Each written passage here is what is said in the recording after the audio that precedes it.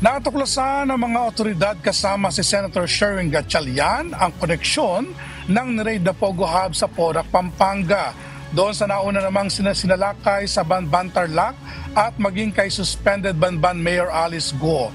Personal na in-inspection kahapon, June 25 ni Senator Gatchalian, ang Lucky South 99 sa Pogo Hub sa Porac, Pampanga, kasama ang Presidential Anti-Organized Crime Commission o PAOC.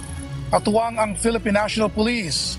Ipinakita rin ng mga otoridad sa mambabatas ang mga natagpuan na pinaghihinalaang Chinese military uniform sa lugar.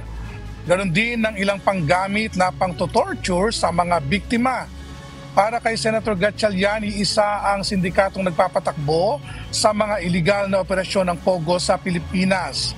Nakita na rin kasi ng koneksyon ang Porac Pogo Hub sa nagalugad na Pogo Hub sa Banban Tarlac at maging kay Mayor Alice Go. Ang masasagot ko lang yung mga kausap niyang tao, nakita rin dito sa Pogo Hub na ito. So may common personalities po ang Porac at saka yung Banban. So binubuo namin po iyon, nakita na namin yung matrix, may mga documentary evidence na kami sa ilang mga tao. Kaya lang may mga beneficial owners na hindi natin nakikita sa mga SEC at saka PAGCOR documents.